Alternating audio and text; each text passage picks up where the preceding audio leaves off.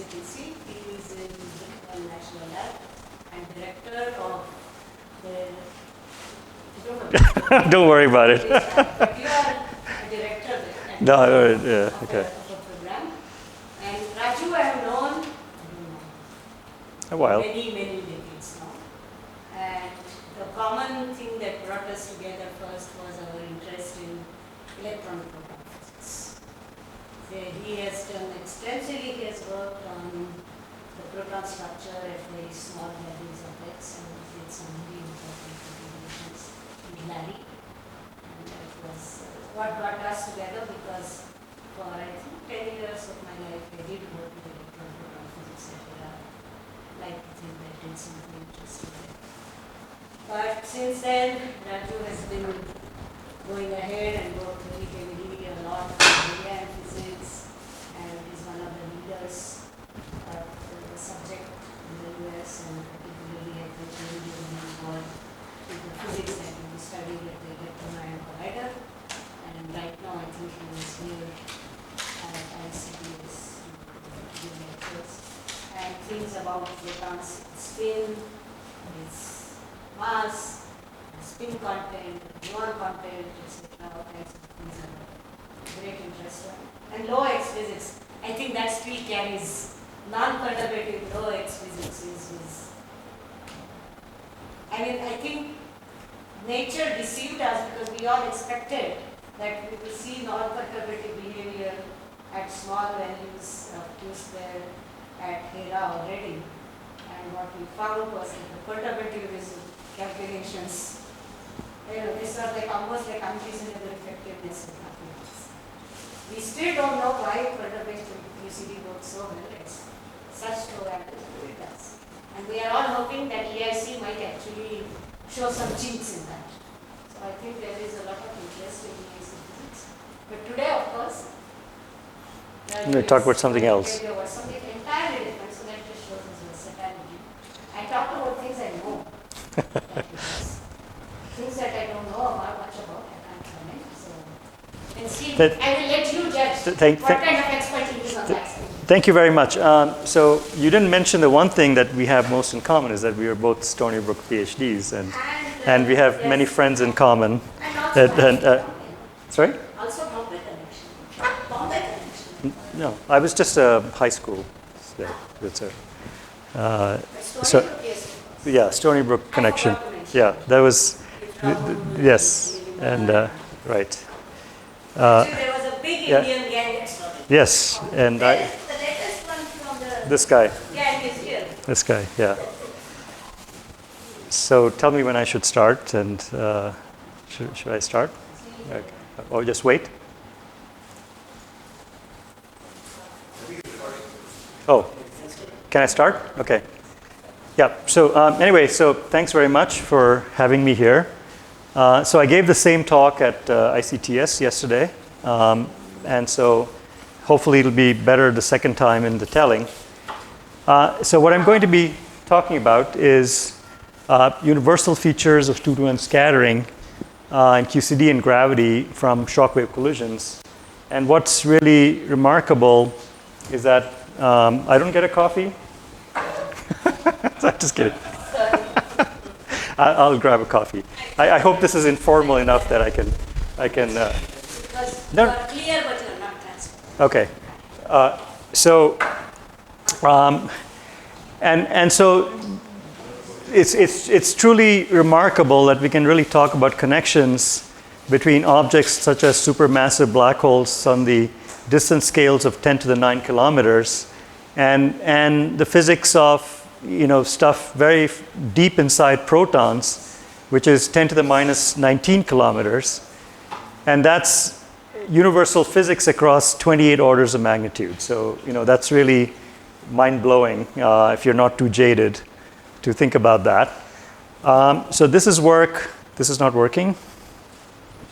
Should I press some? Okay, sorry, it's a little delayed. I see. Gotcha. Yeah. So this is work in collaboration. This is these three papers here, and this is in collaboration with my postdoc Himanshu Raj, And his background is in string theory and ADS-CFT and so on. And he's a Simons Foundation Confinement and QCD Strings Collaboration Fellow with me at Stony Brook. Rohini, settle down. No, our new chairs are too tall. They Yeah. are not inclusive Why enough. don't you sit here? Short people cannot Okay, say anything. okay. Fair enough. I want you in the front row anyway. Okay. I think maybe this recording should be scrapped. Okay, I point here. Okay. What I'm going to be talking about is a double copy between gluon and gravitational radiation shockwave collisions. And some of you may have heard that there's a remarkable connection between perturbative QCD and perturbative gravity for certain amplitudes where you can just replace color factors by kinematic factors in perturbative QCD and you recover results in perturbative gravity. And this goes by the name BCJ, standing for Bern, Carrasco, Johansen. And in fact, these people and a whole bunch of people working with them have been able to use these amplitude techniques to compute, say, the in-spiral potential for the in-spiral of two black holes to very high orders in post-Newtonian order, and really kind of demonstrating the power of such a double copy between perturbative QCD and perturbative gravity. What I'm interested in is more a possible double copy between classical QCD, so QCD at high occupancy, and gravity at high occupancy. That's what I like to call strong field semi-classical double copy. And some of the work in this direction was pioneered by these people here. But I'm going to have a different take on what this is. And so the goal is one can hopefully sort of complete the square here. That is, one can understand in the same way that one goes from perturbative QCD to QCD at high occupancy, which I'm going to describe first, one can similarly go from perturbative gravity to understanding gravity at high occupancy, and then understand the relations between the two theories in this regimes here. Okay? So the way the talk is going to be structured is I'm going to start describing perturbative QCD at high energies and how that leads to QCD at high occupancy. And then I'll talk about perturbative gravity similarly in the same setup and see how one understands gravity at high occupancy. And then I'm going to talk about the semi-field double copy. I keep forgetting to. So the connections between these two theories at high energies, so basically the theme of the talk is 2 to n amplitudes. Okay? So where you have two incoming highly energetic in gravity trans-Planckian particles and producing n final state particles. And so these are the weak partons because each of them carries only a small fraction of the momentum of the incoming guys. And there was a remarkable paper from 1982 by Lipatov titled High Energy Scattering in QCD and Quantum Gravity and Two-Dimensional Field Theories. And so he wrote down, using the same guidance in the two theories, effective actions, right, where the intermediate particles were either gluons and gravitons in this so-called high-energy multi-Regge kinematics.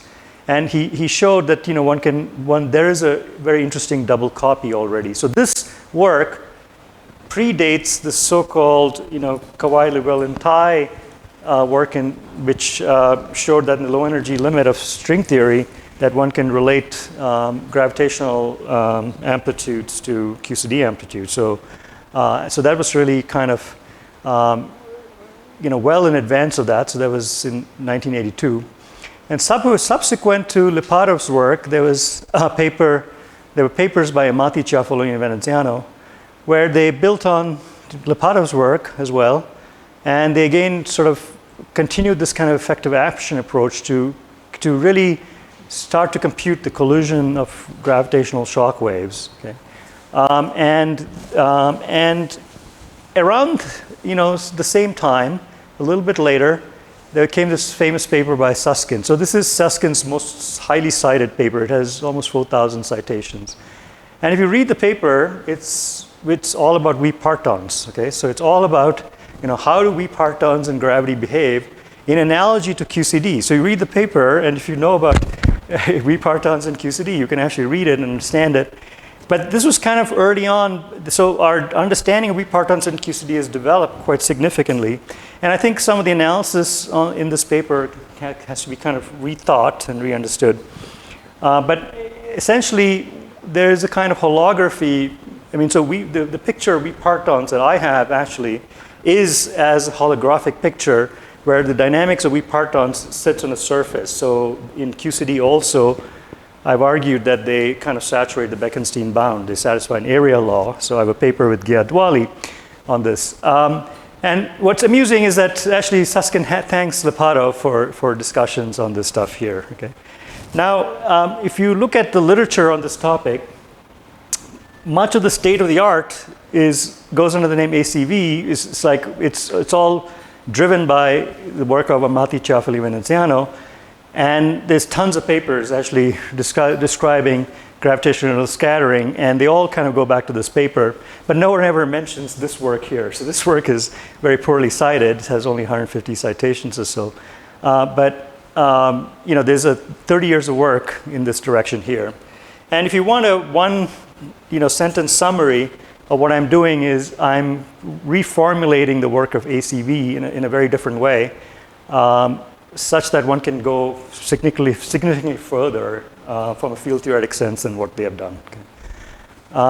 So let me start with describing multiparticle production and gluon saturation in QCD. And the other theme is how to go from amplitudes to shock waves. Because I think, and this is again thinking in terms of the in-out formalism of the S matrix and the in-in formulation of correlation functions. And I think it's actually more valuable to think in terms of the in-in formulation for a set of problems, but of course they're deeply connected. So let's start with 2 to n amplitudes in QCD in the Regge limit. Okay, so essentially, whenever I think about any problem in high energy physics, I think of it in the form of a 2 to n amplitude, because that kind of clarifies the thinking on this stuff.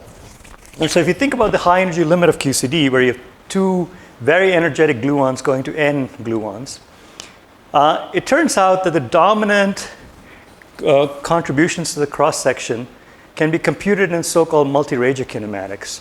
And what does multi-Regge kinematics mean? Is that you keep all the momenta of the particles that are produced to be roughly the same. So say there are n particles produced, and you say they're all roughly the same transverse momentum, which means that you can use weak coupling, right? Otherwise, you can't even write such a diagram with confidence. So the coupling here is weak. So K perp is much larger than lambda QCD. But then there's an ordering in rapidities as you go down this ladder here, okay? So all the gluons which are closest to P1, they are moving along with it, okay? They're fast gluons. And the ones down the ladder are slow compared to them, okay? They're not soft necessarily because they have large transverse momentum, but they're slow, okay? So there's you think of this fast guy producing lots of slower guys which are kind of going along with it. And so that's the BFKL ladder. And so the produced gluons are weak in longitudinal momentum, but they're hard in transverse momentum. And this is the weak coupling Regge regime of QCD. Okay? And this dominates the cross-section, as I will describe. And the RG description of this amplitude is given by the BFKL Hamiltonian. So that describes very rapid growth of the amplitude and energy. So if you think about the amplitude in the Mandelstam variables S and T, this goes as S to the alpha of T, where alpha of T is described by an intercept, okay, sometimes called the Pomeron intercept. And alpha prime is related to the string tension times the Mandelstam variable T. Okay? So how do you construct this ladder? So when I talked about this before, what you should have noted is that there are light gray gluons that are being produced, but then along the ladder in the T channel, these are dark curly gluons, okay? And there's also these red blobs. So what do we mean by those? Okay, so let's deconstruct the ladder. So if you look at one rung of this ladder, then there's all these 2 to 3 possible. There's 2 to 3 processes that are possible. You can produce a gluon from the top, before, after, from the bottom, and from the middle. And there's a very nice way to combine these using the Jacobi identity into one effective vertex, okay? And that's what's called the Lipatov vertex. Okay, so this was shown by Lipatov, and it's a non-local gauge covariant vertex. So if you hit that with Kmu, it's 0. And this is the structure of the vertex. So now if you look at this, it looks, yeah. All the vertices that come at that order from QCD? Yeah, so 2 to 3, exactly. So these are just, gluon, possible, 2 to 3 things, right? So, yeah. And so this is, but you can combine them all together into this non-local vertex. And so this is the Lipatov vertex. So you see on the left-hand side, I've written this as a function of Q1 and Q2, but you can ask me, why is there P1, P2? But you can sort of reformulate all this as just a function of Q1, Q2, okay, which I haven't shown here. So what is missing because of which you have written approximately equal to? Well, so this is in some high energy asymptotics. So this is, yeah. You have expanded Sense in the Yeah. propagators. So, Sense in yeah. which is approximately, Yeah. it's only in the high. It's in the high energy limit, okay. So, Propagators have been expanded. well, so these are just pure 1/t propagators that one has, okay. But okay, so now this object that's exchanged in the T channel is what's called a Regge's gluon. And this gluon is not a bare gluon, but includes all orders of gluon exchanges. So it's all loops, okay? And so what you can show, right, is that in the high energy asymptotics again, so the statement is this is multi-Regge asymptotics, and that's why it's approximate, okay? Again in the same multi-Regge asymptotics, you can show that the bare propagator, which is 1/t, right? When you do this whole resummation, goes into 1/t times e to the alpha of t times the difference in rapidities. Okay, so this is log of x essentially. Rapidity is log of x, so this is log of x times alpha, and alpha is also a log. Okay, it's an infrared divergent log. So it's basically it's a so-called Sudakov double logs. So you have alpha, so you have a log of t and a log of x, but this log of t is infrared divergent. Okay. But that's not a problem because block-Notzi cancellation of the cross sections makes the cross section finite. So that's a standard thing. But this process, this alpha basically has a log with the infrared cutoff. Yeah, exactly. This gives you a log. So this is alpha of t, right? So it's alpha SNC t times this thing here, And then right? as the cutoff goes to 0, this thing will be finite. No, it's not finite. It's infrared divergent. However, this is. The amplitude is infrared divergent, but the cross section is infrared finite. So this is a Bloch-Notzi kind of thing. Yeah. Right. So I have Sure. So I'm assuming that this statement is sort of an ansatz, right? Like that this is the thing that contributes. I was just going to say, so this is what's called Reggeization, okay? And it's been proved to two-loop order, okay? And so you can write down the exact expression to two loops. My talk's not focused on this, but yeah, you can actually compute. But there's a question whether Reggeization breaks down at 3 loops. So it's known to break down at 3 loops, and we understand how it breaks down at 3 loops. But yeah, so it's up to two-loop order. Only in the equator-effective vertex, there's some repackaging of the 4-point vertex into some 3-point vertex. No, this is just 3-point vertex. Because in multi-Regge kinematics, the 4-point vertex is subleading. Okay. It doesn't give you the large logs that you need. Okay. Yeah. I mean, this is Yeah. basically the double log summation. Logs in q square and logs into 1. Exactly, but in the Regge limit, it's the dominance of the logs in x. That's what I said. Right. So So only at small x, this is right. So when you compute something like this, right, then you get so it's suppressed naively by alpha s, right? But in general, you'll get a logs from phase space. You have phase space integrals, right? So you have integrals. You'll get bremssstrahlung integrals. And this is between the different kts, so you'll get x2 over x1, and then you'll get logs of kt2 over kt1. However, in multi-Regge kinematics, you're assuming that these are roughly of the same order, right? So these logs are unimportant. Okay? So and these are dominant. So essentially, what you're doing is log resummation in x, say to the n. Okay, so this is an of order 1, right? And this is something called the leading log approximation.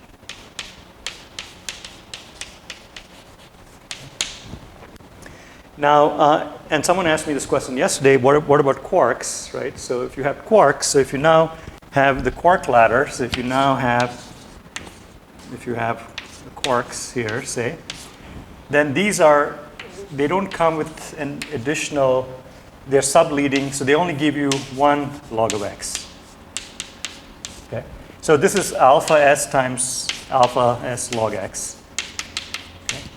And such contributions are what's called next to leading logs in x. Okay? So there's an organization of the perturbative series in terms of resummations, because naively, if you just do alpha ordering, then the phase space integrals compensate for this. And that's why you can actually have 2 to n final states, right? Otherwise, if it was not phase space enhanced, it'll be suppressed by alpha to the n. But it's not suppressed, it's order 1 because precisely of these logs, right? So in QCD, logs are extremely important. So these are the 2 building blocks, right? For each rung. So there's a Lipatov vertex, and then there's a Regge's gluon. Okay? And that's defined by this string tension here. Right? I mean, this Regge trajectory. This is a Regge trajectory, okay? Which is infrared divergent in perturbative QCD. Okay, so. T is large. So the whole process, that's a very good question. So there's an implicit assumption that it's a hard process, okay? And that's why if you're interested in soft theorems and so on, this is a different regime, okay?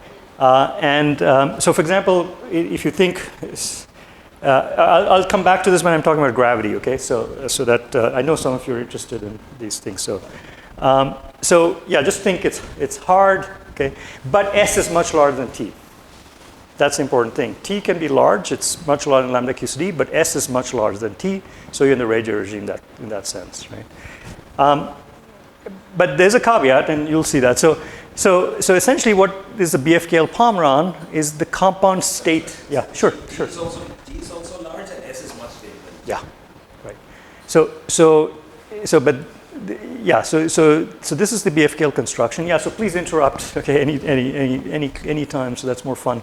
So you can see that you're building up a ladder, right? And we have these building blocks. So you can just look at this and understand this ladder, right? So the imaginary part, which is the cut, right, of A of the amplitude as function SD, has all these color factors, right, from all of these vertices, right? Then it has the phase space, right, in rapidity for each of the rungs, by I to n, right?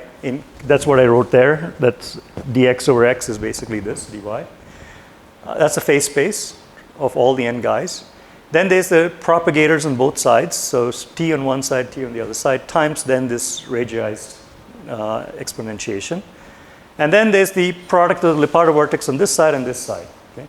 And this is manifestly gauge invariant. Okay? So this is a completely gauge invariant construction of the Pomeron.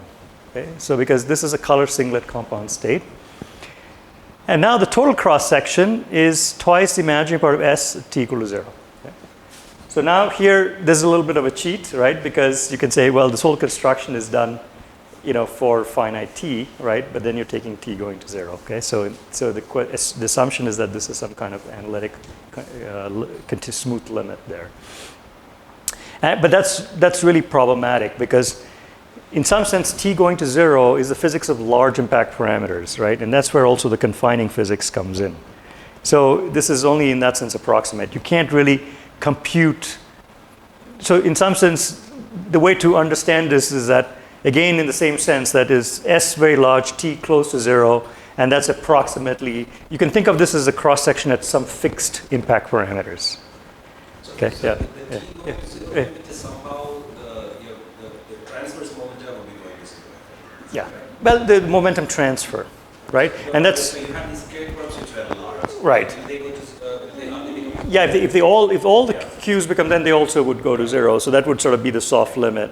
So just by energy momentum conservation, but you actually do not want the soft limit. So you compute this and then take the t going to 0. Exactly. So it's a bit of a cheat because so t going to 0 is like integrating over all impact parameters, right? Because so t is conjugate to b, right? So if you take it's like d squared b, right? And so that would give the total cross section. So you have to really think about this as the total cross section, the cross section at some fixed impact parameter, and then there may be some dynamics going on at large impact parameters that you have to account for.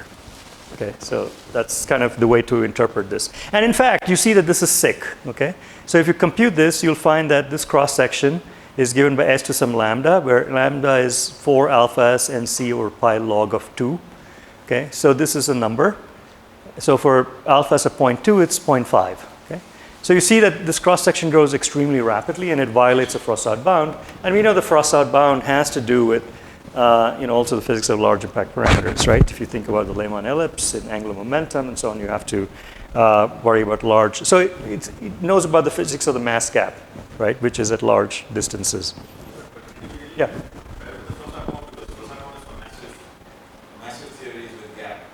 This is a theory with a gap, right? It's QCD. No, they don't have to be massless. I mean, this is just a cartoon in this case of gluons. But for example, these could be some off-shell gluons that are emitted by some quarks. So yeah, this is just. I mean, I could have some quarks then produce these guys, and then I'm still having this. Yeah.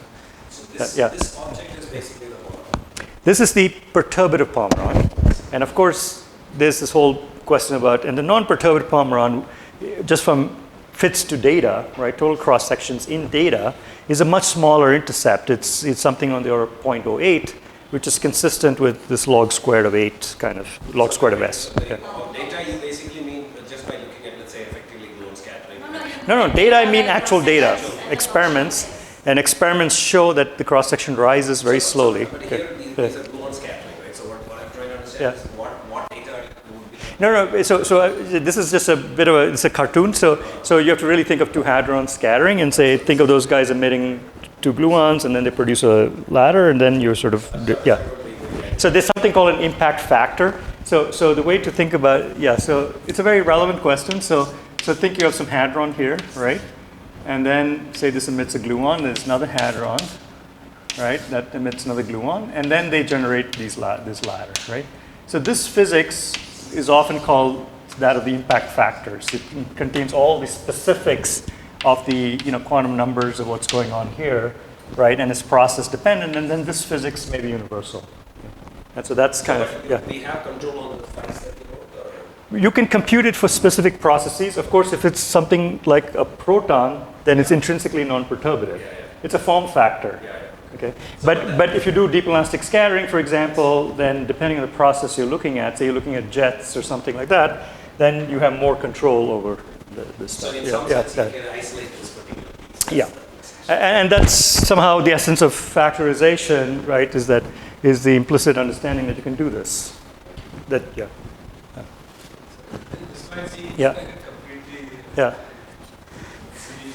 Yeah. I hope this talk can extend in time because because there's a punchline which is somewhat very different from our discussion, but I'm very happy to indulge. Is there some sense in which I can think of, or maybe in some corner of phase space, or I can think of the Brookhaven Pomeron as a global excitation in the. Yeah. So indeed, I mean, so people have. So if you think about the TJ plane, right? So the BFKL Pomeron sort of is in the minus t. So it's space-like. Yeah. Okay. So t is less than 0. So it's a modulus of t that's large, but it's minus t. But then if you extrapolate to the positive t, t in the TJ plane, there's conjectures that they are specific glue balls. So the Pomeron can intersect with the glue ball trajectory. Okay, just like you have other sort of possible glue balls, and it has these very specific quantum numbers. So, for example, there's a conjecture that there's a candidate for a tensor glue ball, for example, which is on the Pomeron trajectory. I don't Right. need to too far away. That's fine. I'm fine. yeah. There's one conjecture you got around 17 or 1800. Yeah.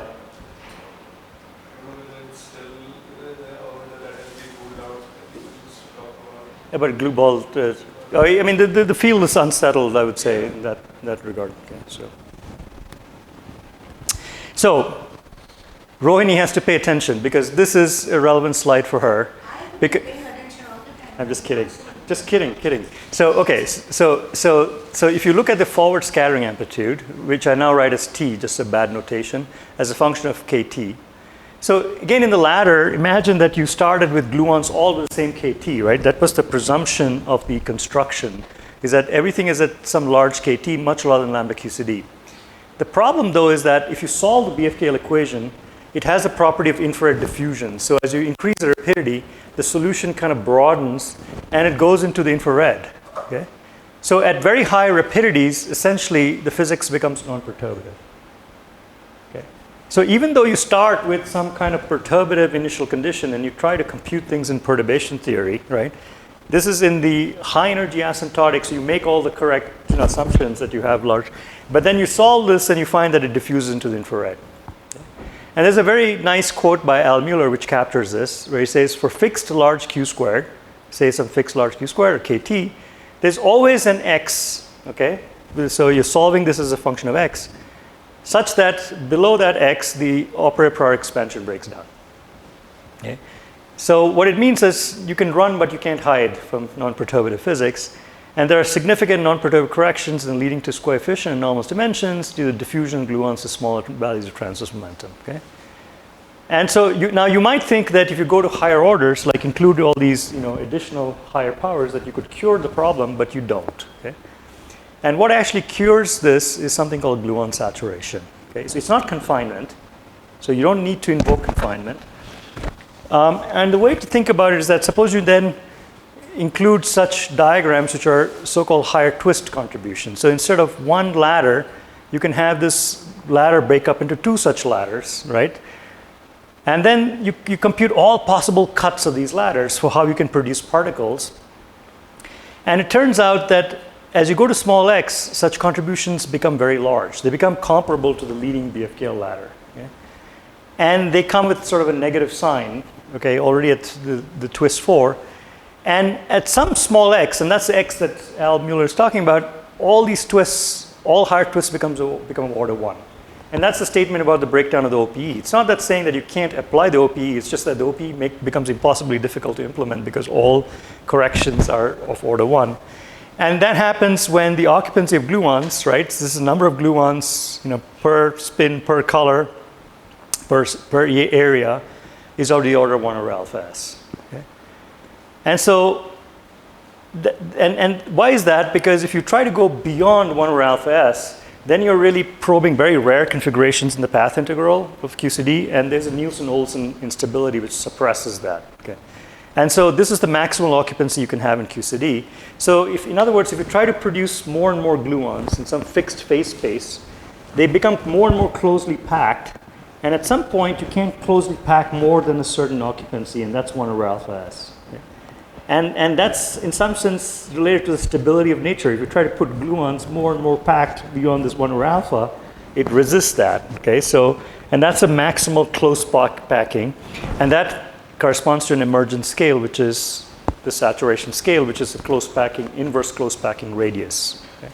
So imagine a region which is, you're producing this 2 to n gluons in some very small region, which has a fixed size, and you start populating it more and more. No matter how small that region, right, there's always an energy at which you will fill it up, okay? And that there's a close packing scale that corresponds to that, right, which is the size of that region. And that's defined by this 1 over alpha. So you can solve this self-consistently to extract QS. And this is an emergent scale in the theory, which is much larger than lambda QCD. So you could ask me, well, what do you mean? QCD has only one scale, which is lambda QCD. But the point is that this is something that's boosted. So it's lambda QCD times something boosted by the rapidity. Okay?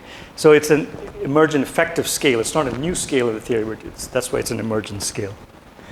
And so this is all self-consistent because if QS is very large, alpha is very small, that corresponds to very high occupancies. Okay? So the physics becomes classical.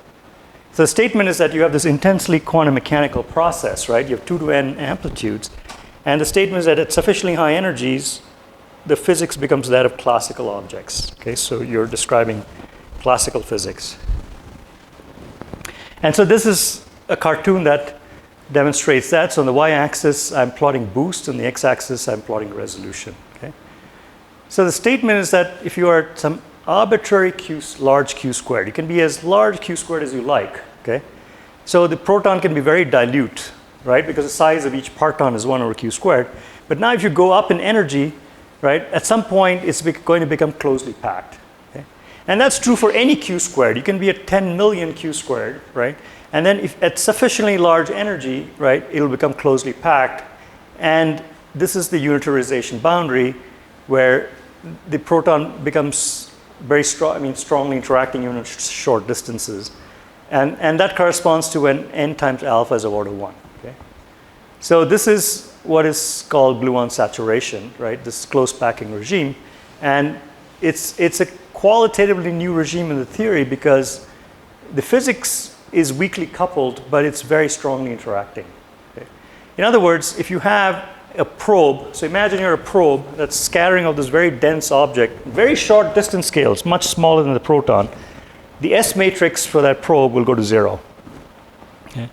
And it'll grow to 0 exponentially, and the scale that controls how it goes to 0 is the saturation scale. So you can formulate this entirely in an S-channel picture as opposed to the T-channel picture I mentioned earlier, where you can think about some electron which produce some quark-antiquark pair of some very small size. Okay? Imagine that the size is much smaller than the size of the proton, but if you boost the hadron or proton and nucleus to very high energies relative to it, this object is going to see a black disk, and its survival probability will go to 0. It will interact with unit probability. Okay? Yeah, yeah. Not the cross section, the S matrix. So the cross section is 1 minus the S matrix. So the amplitude is 1 minus S, right? And so the cross section is proportional to the imaginary part of the amplitude, but it's 1 minus the real part of the. If it's a black disk, the cross section is purely real, and so it's basically saying that if you have a probe that's hitting this black disk, that probe cannot go through without interacting. Okay, it will be completely absorbed. So the cross section is the size of that object, which is huge. Okay, and there's a very simple way you can think about this is that if you say that the cross section is some hadronic size cross section, and you can say that this is 1 minus some exponent of minus the size of the probe times the saturation scale. Okay, and so my statement is simply that even if R is tiny, right, say it's 1 over q squared, where q squared is 10 million, right, at sufficiently high energies, right, if QS is large enough, this object goes to 0. Okay. Yes, this is the S matrix. Okay. And so even a very, very small object will interact with hadronic strengths. Which is what you usually think of the proton cross-section, right? But this dipole, which is, say, 1/10,000,000th of the size of a proton, at sufficiently high energies, will interact with the hadronic strength. This is what we were hoping will happen. Yes. Well, I would argue that Hera data is actually, small x is consistent with this, but it's not overwhelming. It quite happened as we will Yeah. But, yeah. Well, okay, we can discuss that. But it's not compelling, I would say. I agree. But so anyway, so this is the state. So the way to think about this closely packed object, like I said, is that you have these sources of color charge, and then they emit all these slow gluons. But what the probe sees is this classical object here, okay? And this is the shock wave. So you create a classical shock wave as a coherent state of all these wee gluons, which are very quantum mechanical, but what the probe sees is this classical object. And the Reggeized gluon in this picture, right, remember the T-channel construction, is nothing but the field emitted by this colored object. Okay? So it has a very nice interpretation as a field sourced by the blob's color charge density. And so this whole picture can be understood in effective field theory, which is called the color glass condensate. And it's a very powerful RG picture which describes, multi-Pomeron evolution and so on. I'll come to this in a second. So one way you can actually think about it, a very specific example, is again think about this dipole that I mentioned. So you have a virtual photon that scatters off, that forms a quark-antiquark pair. And now it's scattering off the shock wave, right? Remember I said the classical blob is a shock wave and you boost it. And so and the position of the quark and anti-quark are x and y. There's an x here, sorry. And now say this emits a gluon. Then this gluon also interacts with the shock wave. So this is LO, this is NLO. And by just looking at this construction, right, you can say how this changes, right, how the cross-section changes as a function of rapidity, right, which causes you to emit this gluon. And then you can write down the following RG equation. So this is so imagine that you have a dipole come in, it gets color rotated from one vacuum to the other. So this, on one side of the shock is one pure gauge, on the other side there's another pure gauge, and the dipole gets completely color rotated by a Wilson line, okay? And this is this Wilson line here. So essentially this quark is rotated by Wilson line Vx, this guy is rotated by V dagger Y, it's an anti-quark, and the evolution of this with rapidity or log of x it satisfies this RG equation. And this kernel is nothing but the BFKL kernel, which depends on the spatial positions of these three guys, right? This is the difference of the quarks. This is the difference of the gluons of the two. On the right-hand side is the same thing, right, as here, the dipole. But now, because of the gluon, you have the product of these two traces, these two dipoles, okay? And in large NC, you can really think in terms of these as two separate dipoles. Okay? Now, in the large NC limit, the expectation value of the product of the traces can be written as a product of expectation values. And this forms a nonlinear equation, okay? And for the S matrix. And this nonlinear equation is what's called the Balitsky-Kovchegov equation. The Balitsky-Kovchegov equation has a trivial fixed point, which is just BFKL, okay? It's perturbative QCD. But it has a non-trivial fixed point, and that's something that's interesting. Okay, and that's what describes this emergent saturation scale. Another way of saying what I'm saying is that the evolution of the shock wave with energy includes all these kinds of multi-Pomeron diagrams. Okay, so it's not just this BFKL ladder, but this simple RG equation describes how all these multi-Pomeron sort of vertices emerge. Okay? And that's the beauty and power of this color glass framework. So let me now move to the topic of interest. So I started at amplitudes in QCD, and I argued to you that you can reformulate that in the language of shock waves. Okay? And so let's look at shock waves. So now think about two shock waves, two hadrons, which are colliding at high energies. And then they emit these radii gluons, right, which are sourced by these large color charges. That's given by these rho A's, color charge densities. And they emit a gluon. Right, and so when you can do an expansion in gradients of this rho over some KT squared, right? That's an expansion parameter of Yang-Mills equations, and then you can think about this as a kind of dilute-dilute approximation where you just emit one radii gluon that produces another gluon. However, you can also have analytical results where one of them is dilute but the other is dense. So in other words, you can have multiple radii gluons from one side. So you have a much denser blob on one side than the other. So like a PA collision. So this would be like a PP collision. This would be like a PA collision. And you could have multiple radii gluons rescatter. Okay? And so both of these are described by this kind of phase diagram, this space-time picture here, where you have one shock wave moving on one light cone, which is a delta function on the light cone, and then the other shock wave moving the other direction. Okay? The solution is pure gauge on either side of the shock wave before they collide, but then the sum of two pure gauges is not a pure gauge, and that's what leads to radiation in the forward light cone. Okay? Now, if you solve the Yang-Mills equations in this dilute-dense approximation, the radiation field that you emit of gluons has this overall factor like this, but then it can be written in terms of these color charge densities divided by the momentum transfer of the radii gluons. And then there's some path order exponential, and that's given by this expression here of the gauge field times the color matrix, where this gauge field is nothing but this color charge density over K, this nabla perp, okay? A box perp, sorry.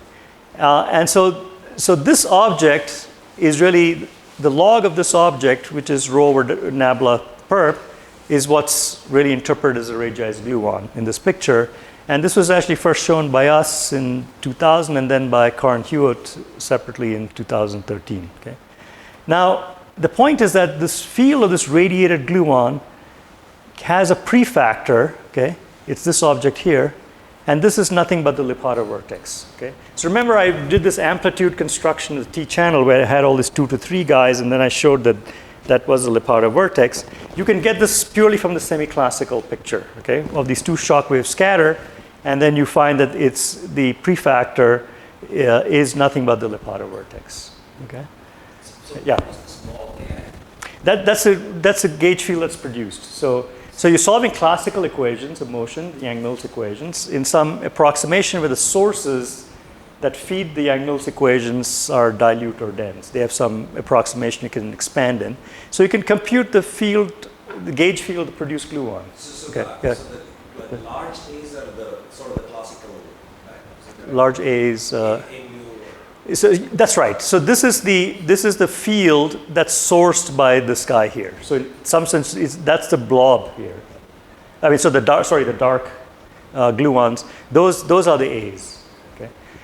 Yeah. And these shock waves are basically, one should think of them as like classical Yang-Mills. Exactly. So essentially what you're doing is you're solving the classical Yang-Mills equations with 2 sources, right? One source is a current, which is a delta function in one light cone, and the other is a delta function in the other. So it's d mu.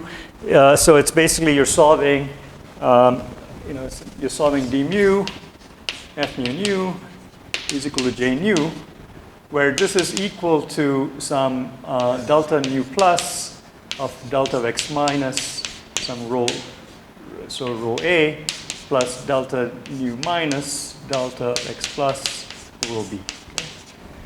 So, yeah. that solution, Yeah. The claim is that the AIK is what shows up in the upper part. Exactly. So before the collision, both of them are pure gauges. They carry no field strength. But the sum of 2 pure gauges in QCD, unlike QED, is not a pure gauge. Right. And so you produce the radiation. translation between Yeah. them is accomplished by the Lipatov. Exactly. Okay. And so this is kind of a semi-classical reinterpretation of this picture. Now, when you look at the dense case, where you don't make any approximation that these are small or large, right? But you include all order rescatterings from both sides, that can only be done numerically. Okay. And yeah, sure. In the shockwave picture, what was the difference between the dense? Okay, yeah, that really needed clarification. So when you solve these Yang-Mills equations, right, you can get analytical results, right, by assuming that these rho A's, or I call them light and heavy. So rho L, so let's call it light and heavy. So if I have an expansion parameter, which is this over del perp squared, okay? And so if this, so in other words, if the KT that's probing the Regge's gluon is very large, right, then it's not seeing a dense blob anymore in some sense. And so you can say that this is much less than 1, right, while rho H can be of order 1, okay? Or both of them can be much less than 1. Okay? And so then when you solve these equations, you have a systematic expansion which gives you analytical results. And that's, when they're both small, we call it the dilute-dilute limit. When one is large, we call them dilute-dense. And so that's like, the dilute-dense is like having multiple Regge's gluon exchanges from one side, but not from both sides. Okay? Now in a heavy ion collision, you would have dense guys from both sides, okay? You have arbitrarily number of these. And then you cannot write it in the simple factorized form. You have to only solve it numerically. And this we have done, okay? So you can solve the full 3 plus 1D Yang-Mills equations with such sources. And this is work over 20 years. So it's summarized in Reviews of Modern Physics I wrote with some of my colleagues, which summarizes the status both from strong coupling and weak coupling perspectives. But what you find is a remarkably rich structure, even at coupling going to 0. Okay? Because so this is a misunderstanding that people often have, is that weak coupling means that things are very actually weakly, overall weakly coupled.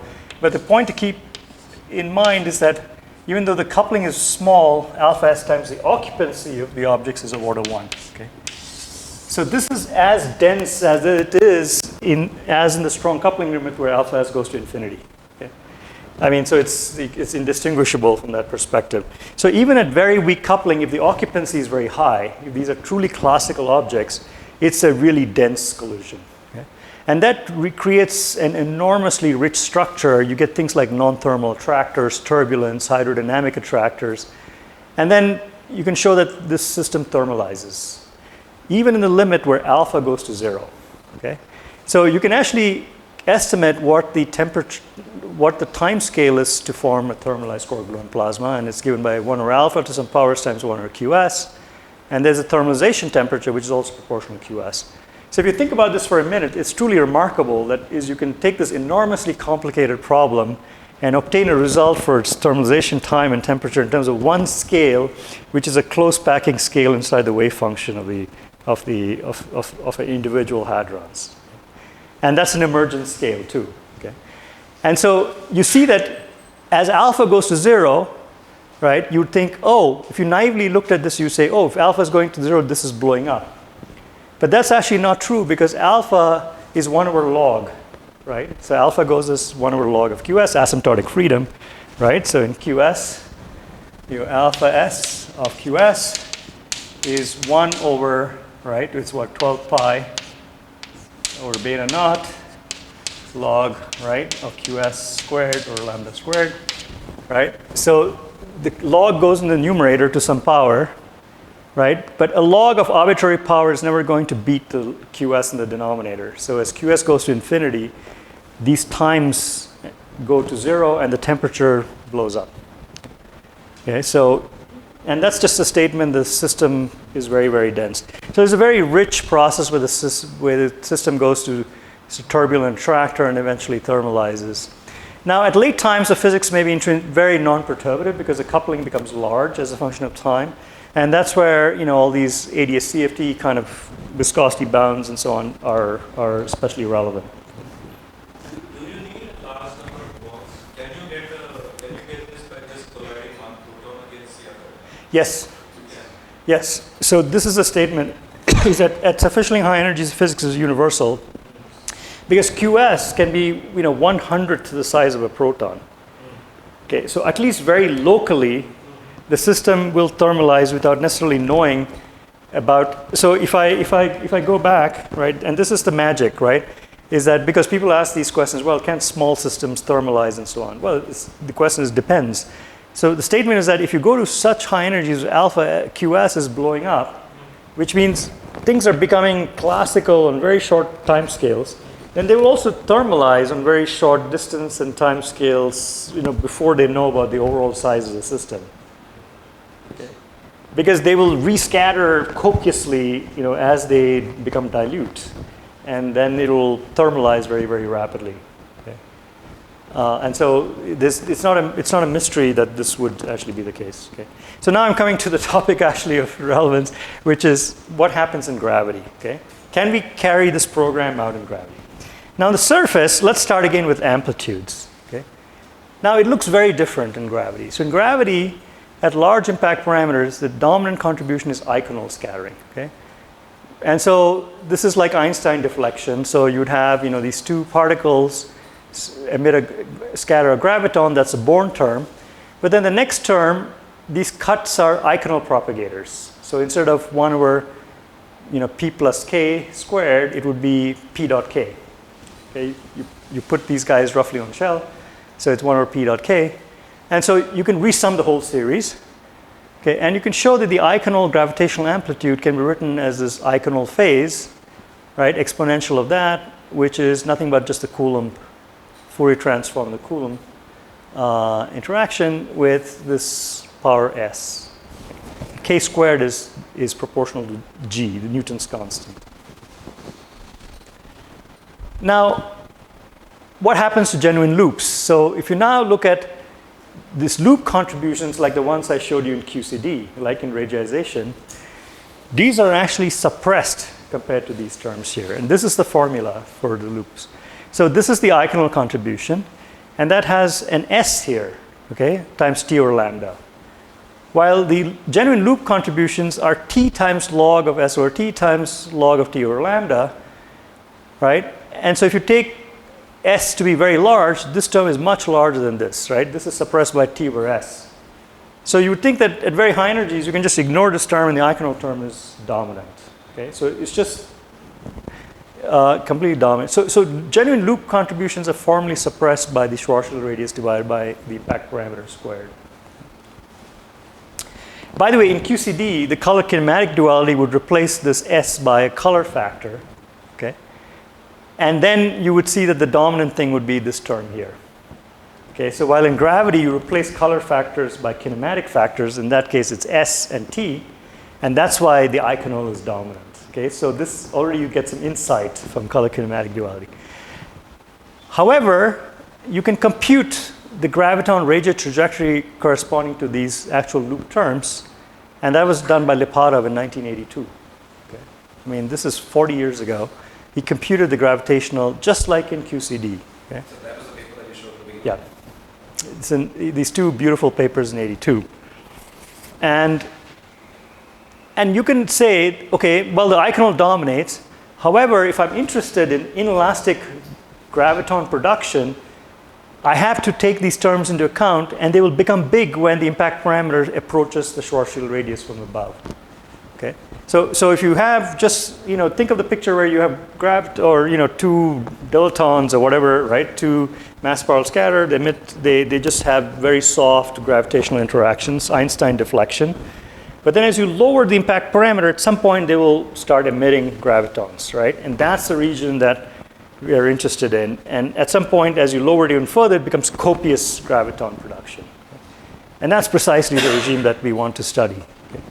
So even though it's subleading, we are interested in how this starts to become comparable to this Eikenau contribution.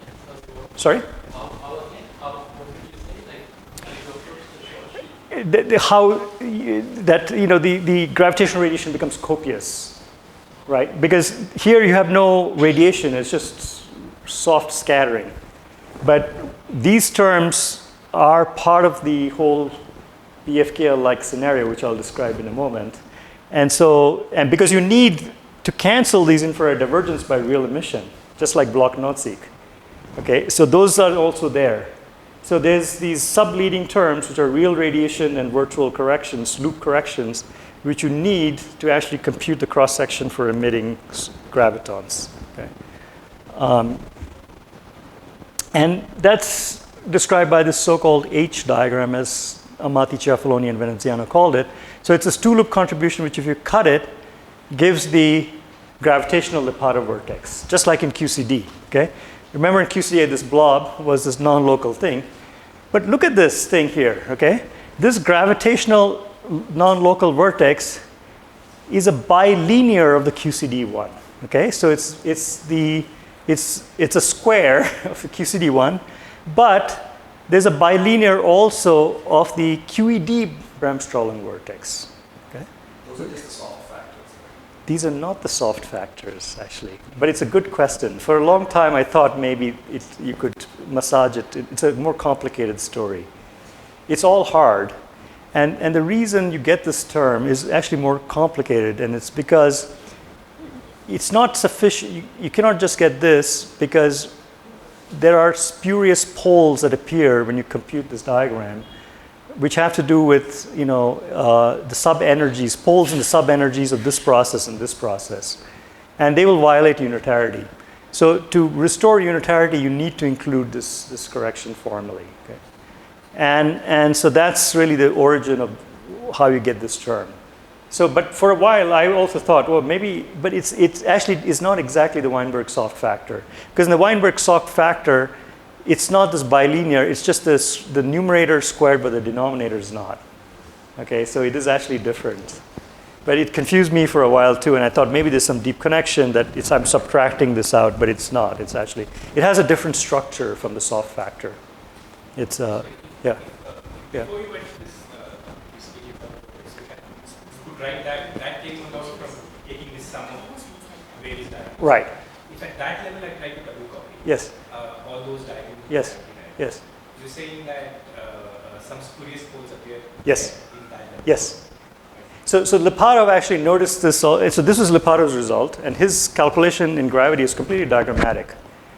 So he did the full amplitude calculation. It's a tour de force. It's a full amplitude calculation in these papers. And then he realized that I'm violating, these Steinmann relations. He refers to Steinmann and so on. And he says, okay, now I have to introduce this other term. That kind of restores unitarity. So this is his result fully, completely in the amplitude picture. Okay. And so there's been a lot of discussion of this in the literature as well. But is that? But it's a little bit surprising from stuff. I'm going to come to all of that. That's precisely what I'm going to address in a while. Okay, so.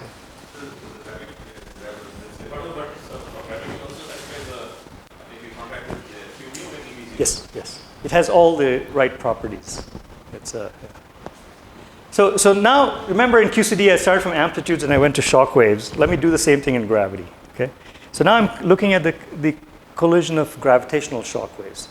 But let me start with a single shock wave, right? Just one of them, right? And so this is the Eichelberg's actual shock wave metric, which is if you boost an object such that its mass remains fixed, but gamma goes to infinity, the Lorentz factor. So that can only be the case when mh goes to 0. So that's how we take the limit, and that's the solution of Einstein's equations that you guessed. When you're sourced by an electromagnetic tensor, the stress energy tensor, which is this object h times the delta function in x minus, so it's Lorentz contracted. It's a shock wave times some mass density now, not color density, mass density. Right? So now say you introduce this other shock wave. Okay, so this was initially just a one guy here. Sorry, let's still consider this one shock wave. And then you can look at metric fluctuations around this shock wave background. And you find that a solution for the metric fluctuations is just like a Wilson line rotation, okay, of the original solution. And this is the gravitational Wilson line. Okay. And what's the lambda in oh, that's the cutoff. So this is like really like a Poisson, you saw your Poisson equation, it's a Coulomb log. So it's really solving, basically, right? It's box G, right, is equal to rho kind of thing, right? So, and that's the solution. And is it also pure gauge? Yes. Okay. So it's the Riemann tensor is 0 on both sides of this, and that's non-trivial because you would think it's only true for a point like source, but it's also true if you introduce a mass density of this. There's still a solution which is pure gauge. Okay. And so if you now do this, so you get this gravitational Wilson line now, and that's exactly analogous to the QCD case. Remember, I had that path-ordered exponential. So if I replace the metric with a minus, and I replace this shift factor, right? This is the famous Shapiro shift. If I replace that by color factor, I'll recover the QCD Wilson line. Okay. So this is the field of one shock. But now let's consider two shocks. So now, just like in QCD, right, I had the currents, right? And these are the gravitational currents, right? These are the two stress tensors on one light cone and the other, right? Which also, they satisfy separately energy momentum conservation. And now, again, they're pure gauges, right? And now in the forward light cone, I will have radiation. So I can look for fluctuations of the, of this guy, right, around this gravitational background of the other shock. Okay, so I'm looking at the shock wave in the presence of this other shock wave. So there's a term that just depends, that's linear on the mass density of the shock, but then you get higher terms which are bilinears in both, right? That depend on both shock waves. So the linearized Einstein's equations that we derived in light cone gauge, which here is h plus mu equal to 0, they take this form. And on the left-hand side, they look like a wave equation, right? But then they have this non-trivial currents, right, from the energy momentum tensor.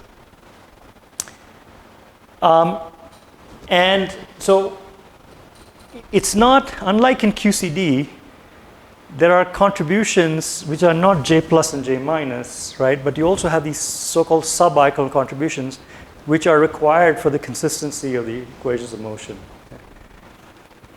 And they're not uniquely fixed by energy momentum conservation, so you have to consider the dynamics of these gravitational sources in, as they scatter of each other, right, and produce radiation.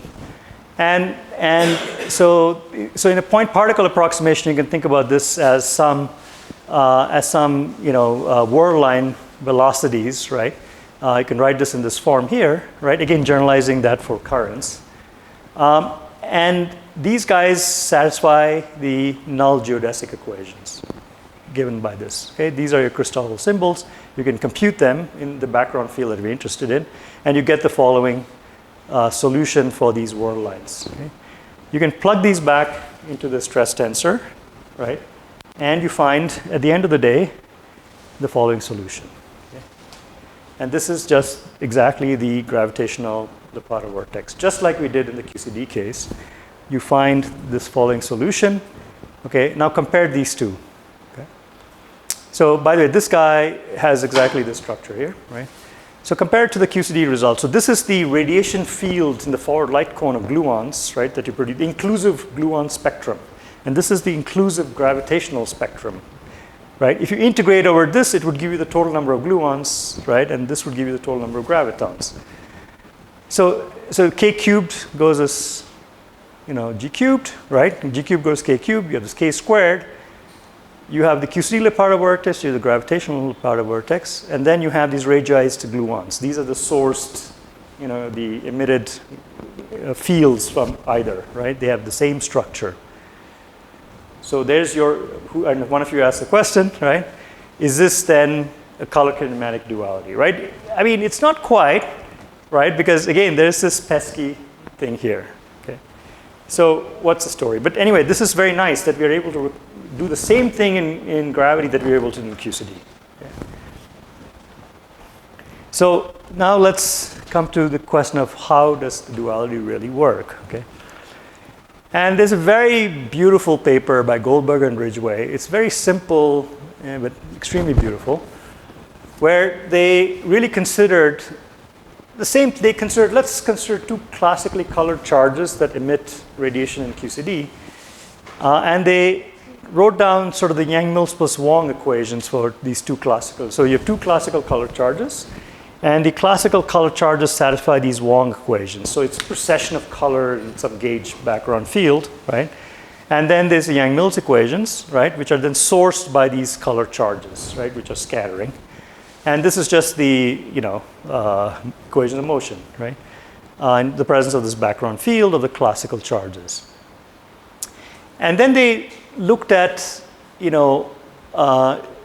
did the same classical computation in gravity, where they considered these two dilutons, which are classically scattering, and they computed all the possible diagrams in the two cases. And for the gauge field, this is the result they find, okay? And this is they did it for arbitrary velocities of these guys. So they could be soft or hard velocities, okay? Now, if you take the ultra-relativistic limit of their result, you have to take it carefully. How you put V mu going to 1, you have to do it carefully. And when you do that, this is the result you find. So you recover the usual Lipatov. This is just a Lipatov vortex times the color charges, FABC, and these factors here. But then you also have these sub-iconal terms, right, which if you take the limits carefully, you preserve. Okay, that's the important point. And they're formally suppressed by 1 over the energy. Okay, but let's say you keep them. Okay, so in the usual QCD result, you throw them away because they really go to 0. But for the purposes of the double copy, it's crucial to keep them. If you keep them, and then you make the following color kinematic replacement. You replace the C's by P's, right? You replace the FABC by just the gluon 3-point vortex stripping the color factor. Okay, so this is purely kinematic. And you replace G by K.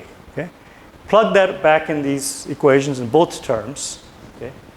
And voila, you recover the same gravitational result that you had. So this is the double copy. So basically you have to treat the source as a classical Yang-Mills particle. Exactly.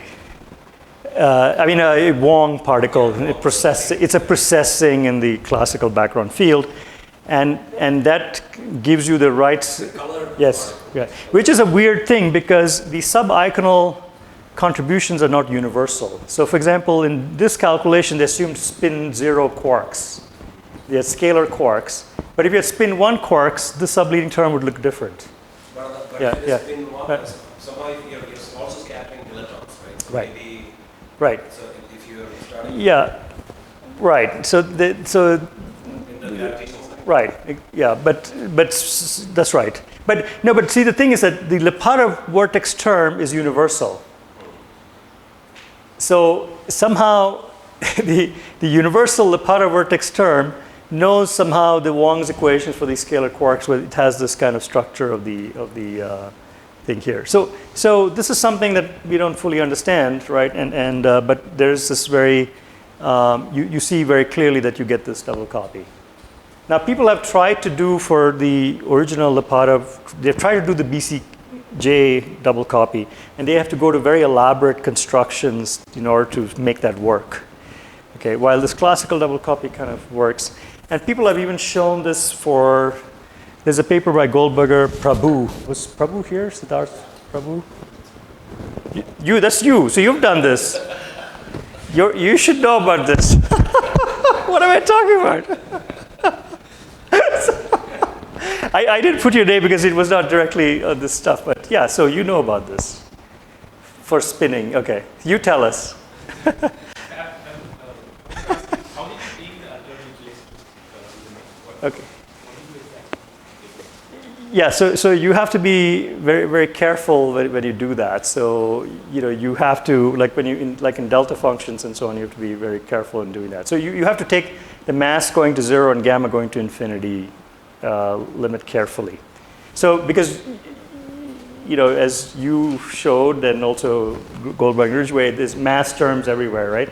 So you can't just naively take v going to 1, but you have to take the mass times velocity combinations in such a way that they are replaced by the energy appropriately, and that's a key trick.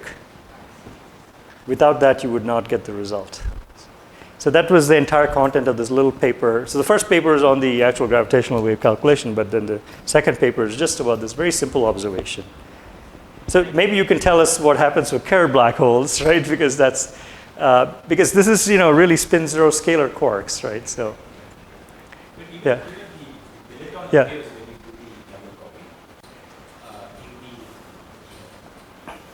Let's say you didn't take the altruistic first. Right. Oh yeah, absolutely. Yeah. And Right. So, Yeah. That doesn't Right. affect in the way you are doing it. So did it drop out in the altruistic? So this part is universal, right? Regardless. So it doesn't matter that. So when you take the ultra-relativity limit in gravity, you don't care about that other stuff. Okay, this is the result. All those terms have to drop out. Because Yeah, if you get, but Yeah. I was wondering, we were struggling for a bit to understand how the electron drops out, and Right. in a way that what do we do on the Youngman side? Right. To get only gravity around the electron. But you That's what it is. But this is what you're saying. Yeah. This Right, it's surprising. Yeah. I still don't fully understand it. I mean, I have to confess. We saw that this occurs. And at some level, what I would trust is our actual gravitational shockwave result, which is that's what we obtained in the gravitational shockwave result, right? And Lipatov also obtained it by amplitude, so we know that this result is solid, right? And so, but then you see that you recover the result with just this careful replacement. So, yeah. And I think, so I'm almost done. Sorry, I'm way over time, but we started late and there were questions. So the next steps are to actually compute the Weizsäcker-Williams spectrum in GR for both these cases. Now, the dilute-dilute is what the result that I wrote down there, but the dilute-dense is something new, which would include all these scatterings. So imagine that you have a probe that's carrying off a black hole, okay, and it emits a graviton very close to the black hole, okay, but still outside the event horizon. But that graviton can have multiple scattering, which is not the usual naive multiple scattering from the iconal picture, okay, because these are actually these graviregions that are rescattering, and they have larger momentum transfer. That's going to modify the spectrum of this gravitational radiation. Okay. In fact, there's a very nice paper by Page, just I think last year, where he posed this nice question saying that, what is the critical impact parameter at which gravitational radiation turns off? Okay. So, you're getting closer and closer at some point, so this is the last chirp before the full merger, okay? And can one compute that? Okay, and so that would be one of the things that we could try and compute in this picture. However, I think one has to go beyond the geodesic picture, and one has to look at the physics of congruences of geodesics, because because we work in this limit where the geodesic curvature is small, okay, but at some point if you're getting very close to the black hole, that's a big difference with QCD. And so one would have to solve the Roy-Choudhury equations to actually understand that. Okay, and that's a really interesting problem that we're also starting to work on. Okay. So the next step also is then to compute shockwave propagators in the background field.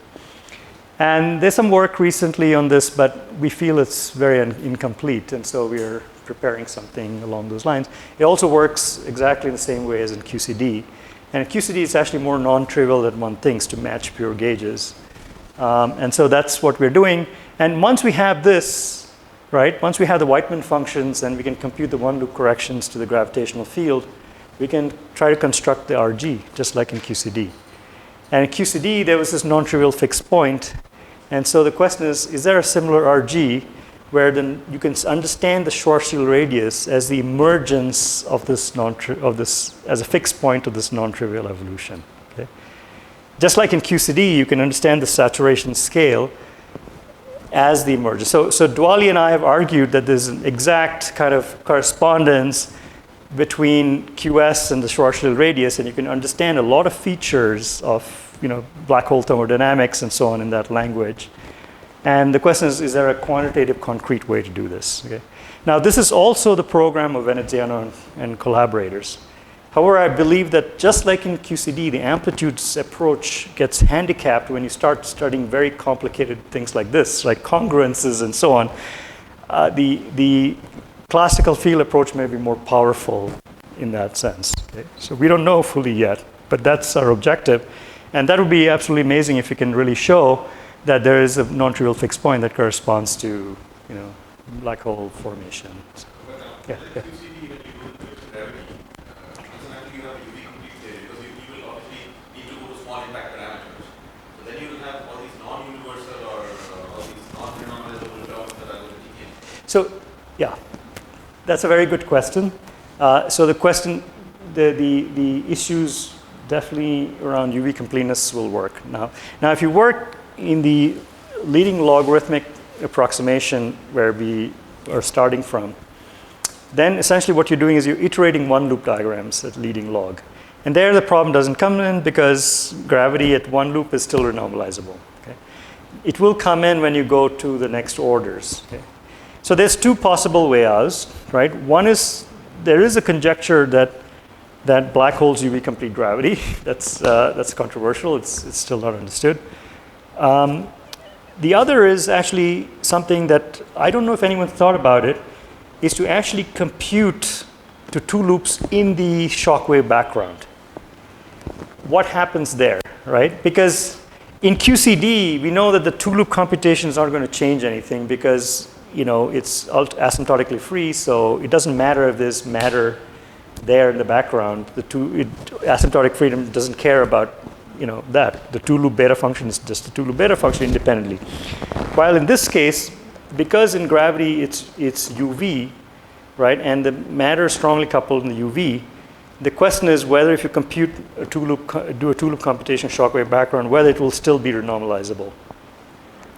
that's a really interesting problem, and I think the success of this enterprise in part depends on that. And then finally, we could try to include string length corrections. Yeah, Mendy and also ACV also have done that. So there's 3 paths to follow, right? And so right now we're just kind of following a nose and still working at the leading log level and seeing whether we would get such a non-trivial fixed point. If we get that, then there's a question of whether it's a stable fixed point due to the issues that you brought up. I mean, absolutely, yeah. So, yeah, and that's it. Thank you very much for your patience. I apologize. I didn't really recognize you, but okay. So, yeah. Yeah. What about the age group? What age group are you using? In the QCD case or in gravity? No, Yeah. in case of gravity, Well, it's also the coordinate system. So we're doing everything in the x coordinate system in gravity, and I was yeah. when you make the duality between color and kinematics, So it's QCD on one side and yeah, but it doesn't matter because the vertex is gauge invariant. So you can use SU2, SU3, Yeah. any SU or any. Oh yeah, so it's independent of SUN, right? But it's also gauge invariant, right? So I could work in any gauge. I chose to work in light cone gauge. And the form of the Lipatov vertex is different in different gauges, right? But it doesn't matter, right? Because it's gauge invariant. So in And particular, so, yeah. you can do the QCD calculation for n equal to 3 and then still make the mapping to the gravity side. Yeah. Because there's a common replacement. Yeah. Exactly. The structure factors are in any gauge group. It's valid for any gauge group. Change the gauge, perhaps these additional terms that No. you add. No, yeah. Let me complete my Sorry. a comment. It's more a comment. My guess was that as you showed, that there are these additional terms in the gravitational Right. amplitude which goes to 0, because when contrasted with the polarization tensor of the Right. gravitational correspondence. So somehow that fact that I have only transverse degrees of freedom. So this part will change perhaps if you do explicitly the computation in some other. Oh yeah, absolutely. That's what Absolutely. You're right. That's what I Sure, was saying, for sure. that I was I thought you were referring to the Nμ stuff. No. Yeah, absolutely. I'm not referring to this. Absolutely. Nμ actually is quite interesting because like him, I also thought that that's just it had such an iconal look. Absolutely. And I wanted to comment one thing, that because of that look, I feel that it is not surprising that it does not depend on the spin. Because the iconal factor, whether I do it for spin 0 object or spin 1 object, is the same. Sure, but it's not, unfortunately. It actually. Yeah. No, I was very tempted. There are some features which are okay, they are independent of the spin. This might actually be. Technically, it might be because of the. So fact that this has I completely agree with you. So like you, I thought exactly the same thing, right? And in fact, in the first version of paper, we had some words along those lines, which we then took out. As a young graduate student, I had worked out the factors for spin 0 and Right. Yeah. And I knew that they all are exactly the same. Yeah, they are. But the structure. So, for example, in the gravitational, in Weinberg's, it's p squared or p dot k, while this would be p or p dot k squared, and you can't get around that. I mean, there may be some more clever thing. I wouldn't be surprised if there's some deeper relation, but it's not what one thinks at face value.